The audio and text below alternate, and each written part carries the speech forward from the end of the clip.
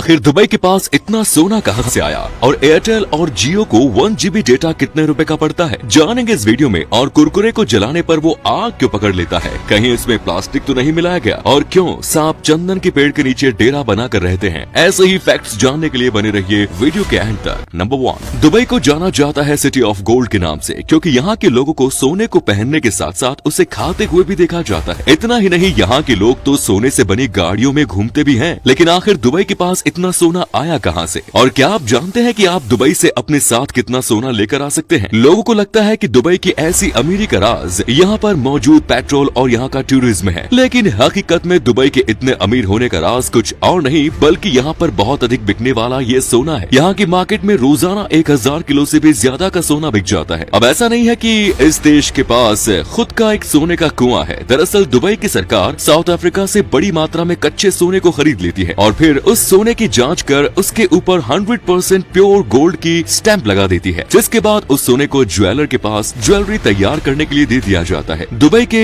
एक नियम के अनुसार अगर यहाँ पर कोई ज्वेलर नकली सोना बेचते हुए पकड़ा जाता है तो उसे 2 करोड़ तक का जुर्माना और 2 साल तक की सजा भी हो सकती है। आपकी जानकारी के लिए बता दूं कि दुनिया का सबसे ज्यादा प्योर गोल्ड दुबई में ही मिलता है। लेकिन आखिर दुबई में सोना इतना सस्ता क्यों है? तो इसका मुख्य कारण है कि दुबई में सोने पर बिल्कुल ना के बराबर ही टैक्स लगाया जा सकता है। जहाँ बाकी के देशों में सोने पर लगने वाले टैक्स के कारण इसकी कीमत 30 से 40 गुना तक ज्यादा बढ़ जाती है, वहीं दुबई में बिकने वाले सोने पर सिर्फ 5% टैक्स ही लगाया जाता है। अब इसका मतलब ये नहीं कि आप दुबई जाकर वहाँ से जितना मर्जी सोना लेकर आ सकते हैं। भारतीय यात्रियों में महिलाएं 40 ग्राम और पुरुष करीब 20 ग्राम तक सोने को ही अपने साथ बिना टैक्स के भारत में ला सकते हैं। इससे ज्यादा सोना लाने पर उनसे 40% तक कस्टम ड्यूटी वसूल की जाती है, जो कि यहाँ पर बिकने वाले सोने से कहीं ज्यादा महंगा है। नंबर 2, अगर आपने भी कभी इस बात का हिसाब लगाया हो तो आप ये जानते ही होंगे कि हम सभी कस्टमर अलग अलग कंपनियों को 1 GB डेटा के लिए ₹4 से लेकर ₹8 तक पे करते हैं। तो वहीं आखिर मोबाइल कंपनी जैसे कि जियो और एयरटेल को 1 GB डेटा कितने रुपए का पड़ता है? तो आपकी जानकारी के लिए बता दूं कि एक्चुअल में इन सभी कंपनियों को कस्टमर्स तक इंटरनेट सर्विसेज देने का कोई भी चार्ज नहीं पड़ता, बल्कि इन्हें तो इंटरनेट को एक देश से दूसरे देश तक पहुँचाने के लिए बिछाई जाने वाली अंडर वाटर सबमरीन केबल के लिए और उनके रखरखाव के लिए ही चार्ज देना होता है। वहीं अगर बात की जाए जियो की, तो उनके पास खुद की दूसरी कंट्रियों से जोड़ने वाली अंडर वाटर सबमरीन केबल मौजूद है, जिसका मतलब ये हुआ कि जियो को दूसरी कंपनियों की तुलना में इंटरनेट थोड़ा सस्ता ही पड़ता है। लेकिन वहीं अगर बात की जाए आंकड़ों की, तो आज के समय में जियो के पास लगभग 42 crore 48 lakh active mobile users मौजूद हैं, जो कि एक महीने में 6800 ट्रिलियन GB के डेटा का इस्तेमाल कर लेते हैं। ऐसे में जियो को रोजाना बहुत बड़े स्केल पर उन सभी केबल की मेंटेनेंस पर बहुत अधिक खर्च करना पड़ता है, क्योंकि एक दिन की भी लापरवाही से उनके कई करोड़ों कस्टमर्स दूसरी कंपनी में स्विच कर जाएंगे। और अगर इन केबल की मेंटेनेंस और उनकी खुद की कॉस्ट को मिलाकर एक एस्टिमेट निकाला जाए तो जियो को 1 GB डेटा लगभग 5 से 12 पैसे तक ही पड़ता है। और वहीं एयरटेल की खुद की अंडर वाटर केबल्स न होने की वजह से उन्हें यही 1 GB डेटा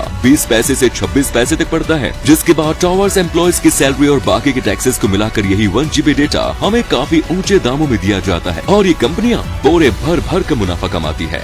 नंबर 3, अक्सर बहुत से लोगों द्वारा कहा जाता है कि कुरकुरे को प्लास्टिक से बनाया जाता है, लेकिन आखिर इस बात में कितनी सच्चाई है? तो आपको बता दूं कि कुछ लोगों द्वारा इस बात को साबित करने के लिए इसे जलाकर भी दिखाया जाता है। उनका कहना है कि ये इसलिए जल रहा है क्योंकि इसमें प्लास्टिक मौजूद है, लेकिन हकीकत में ये बात बिल्कुल भी सच नहीं है। कुरकुरे की कंपनी द्वारा इस बात को बहुत पहले ही प्रूफ कर दिया गया था कि इसमें किसी भी तरह का प्लास्टिक नहीं होता। अब सवाल ये है कि आखिर ये कुरकुरे जल क्यों जाते हैं? तो आपकी जानकारी के लिए बता दूं कि कुरकुरे के निर्माण के लिए इसमें चावल के साथ कुछ ऐसे ग्रेन्स का इस्तेमाल किया जाता है कि वो बहुत आसानी से आग पकड़ लेते हैं। कुछ इसी तरह से ही पापड़ को भी बनाया जाता है। अगर आप उसे भी आग से जलाने की कोशिश करेंगे तो वो भी आग पकड़ लेगा। लेकिन अब इसका मतलब ये नहीं कि इन पापड़ में भी प्लास्टिक का इस्तेमाल किया गया है। मतलब साफ है कि कुरकुरे में थोड़ा सा भी प्लास्टिक नहीं होता। नंबर 4, दोस्तों आपने हाल ही में लाल चंदन की स्मगलिंग के ऊपर बनी फिल्म पुष्पा तो जरूर देखी ही होगी, लेकिन क्या आप जानते हैं कि चंदन के पेड़ के नीचे सांप कई सैकड़ों की संख्या में अपना डेरा जमा कर रहते हैं? लेकिन आखिर इसके पीछे का कारण क्या है? तो इसके पीछे 2 कारण मुख्य रूप से जिम्मेदार है।